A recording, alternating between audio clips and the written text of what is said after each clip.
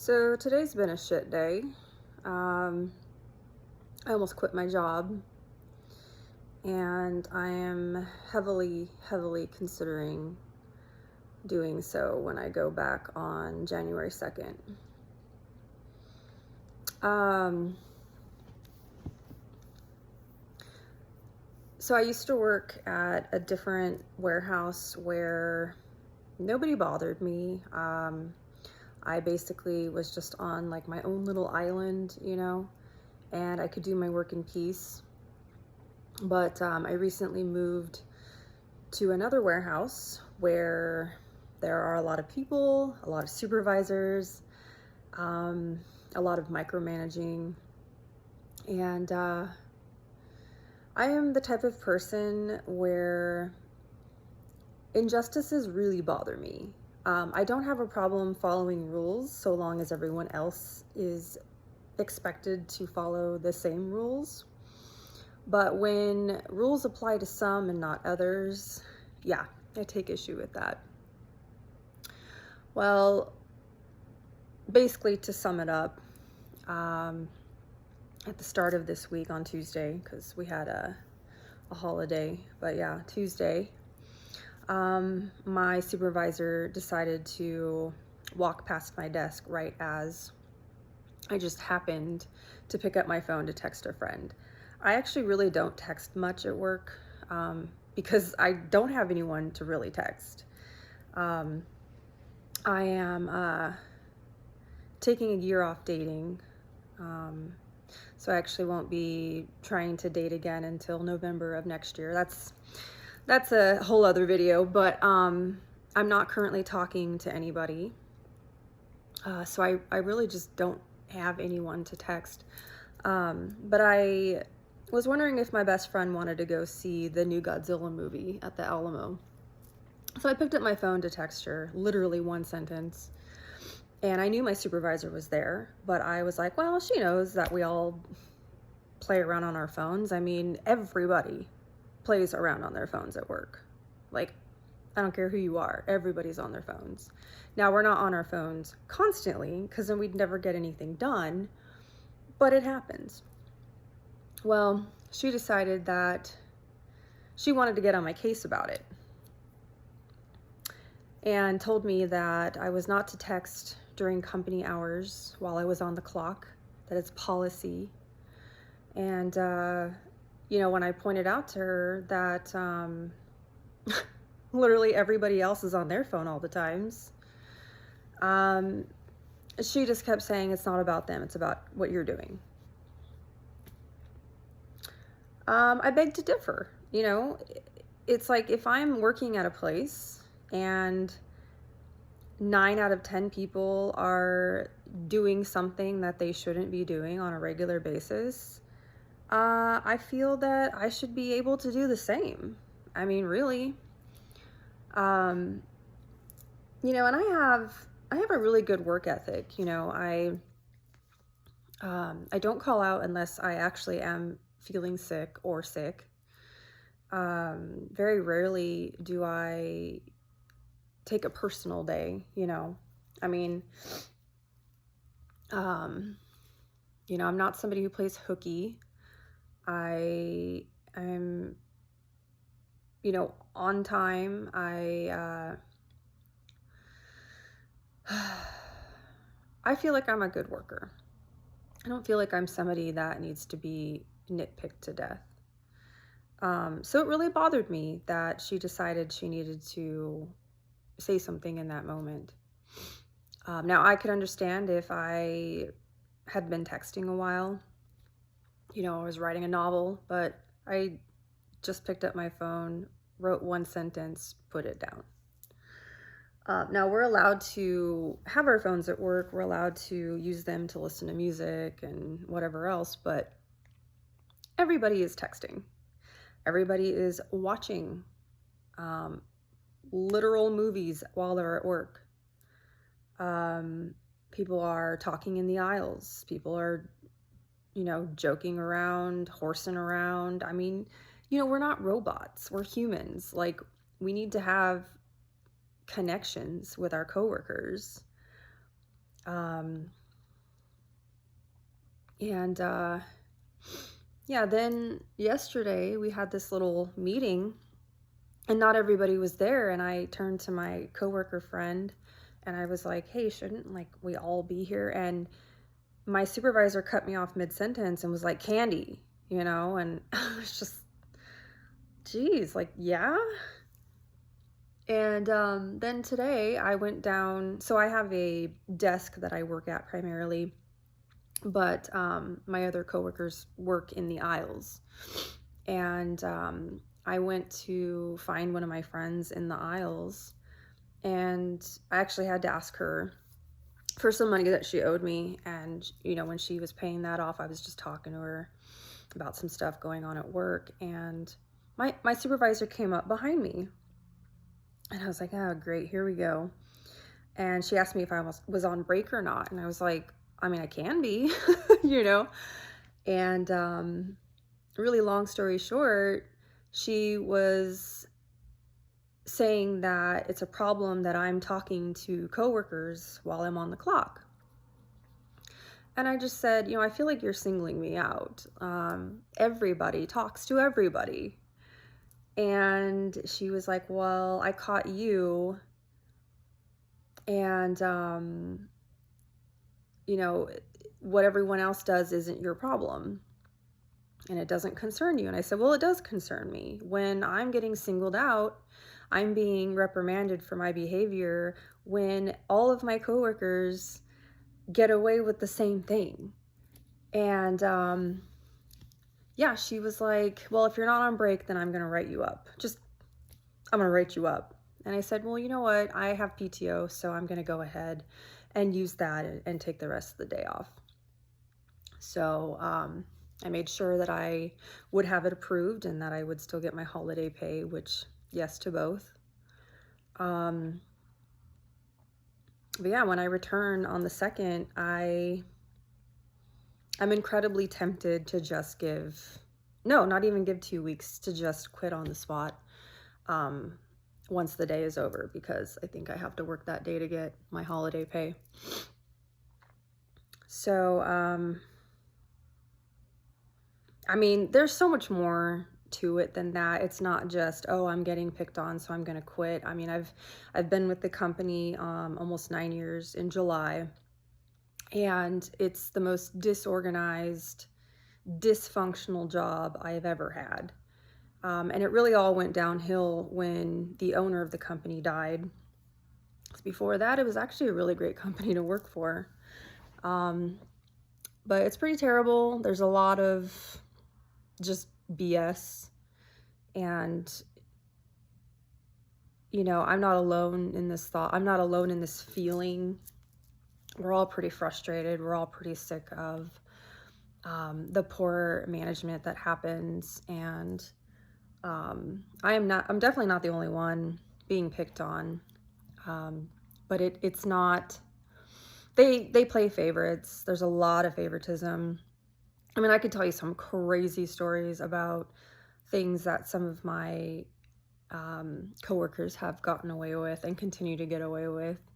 Yet the moment I pick up my phone to text for 1 second, I practically have the book thrown at me. So, but something I've been thinking about for several years now, and I think I wish that my lease was closer to being up, because I basically just signed a renewal. So I think it's up in, I want to say October, but it might be September. Not soon enough.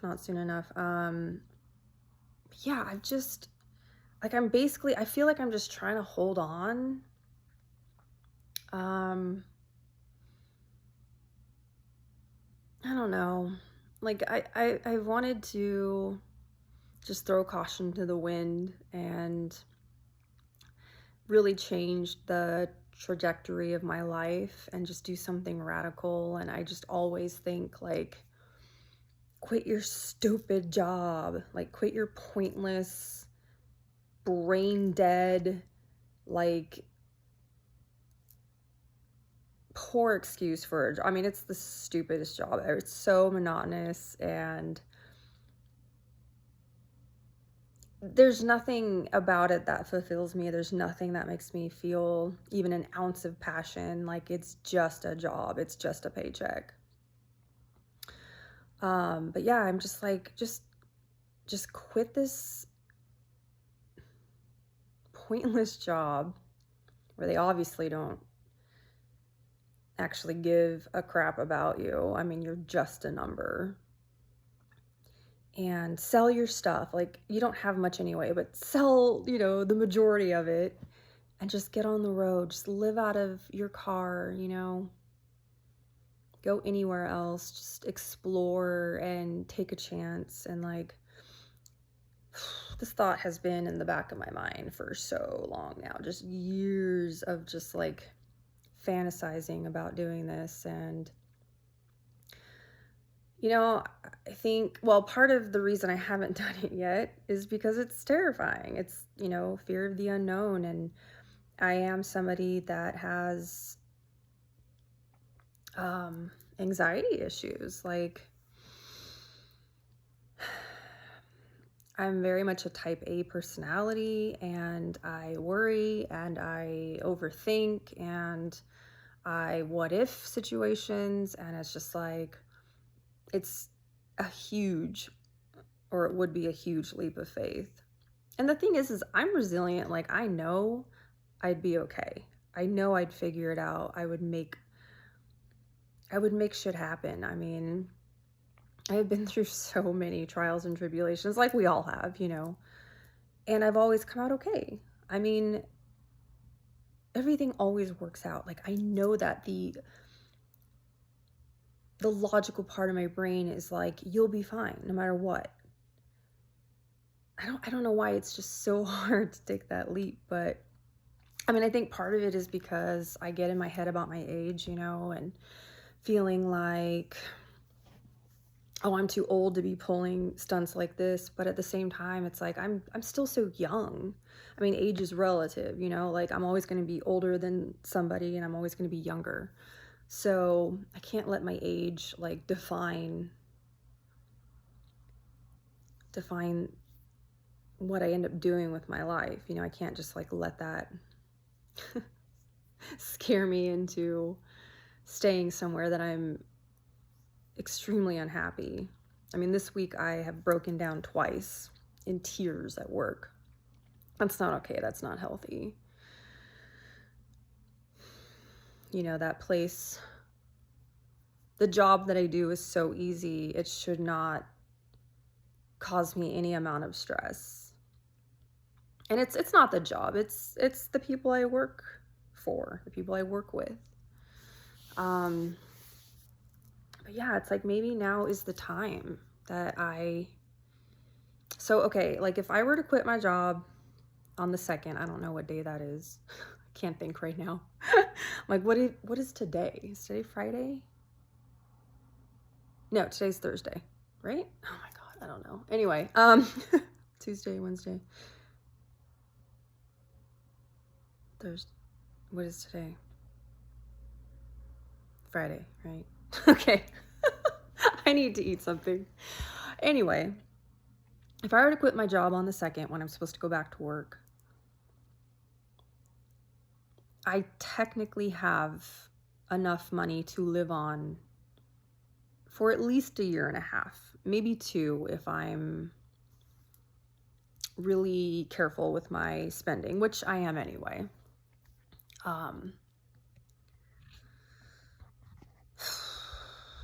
So it's like, I could quit my job and be fine and live off my savings, but that would eventually run out. So, but I do have enough that I can take some time. I can, leave this job and really think about what I want to do. And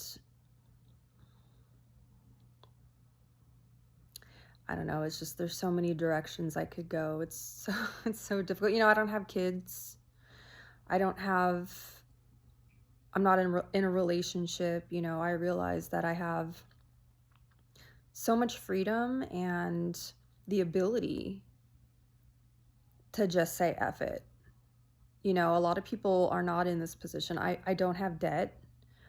Like I said, I have a significant savings, enough that I could live on for 2 years and still pay my rent. So it's like I have the ability to really make some changes. Just, yeah. I don't know. It's scary to think about, but it's also really exciting. And it, like I said, I mean, there's so many possibilities. There's so many directions I could go. And I think it'd be cool if I could score a part-time job somewhere.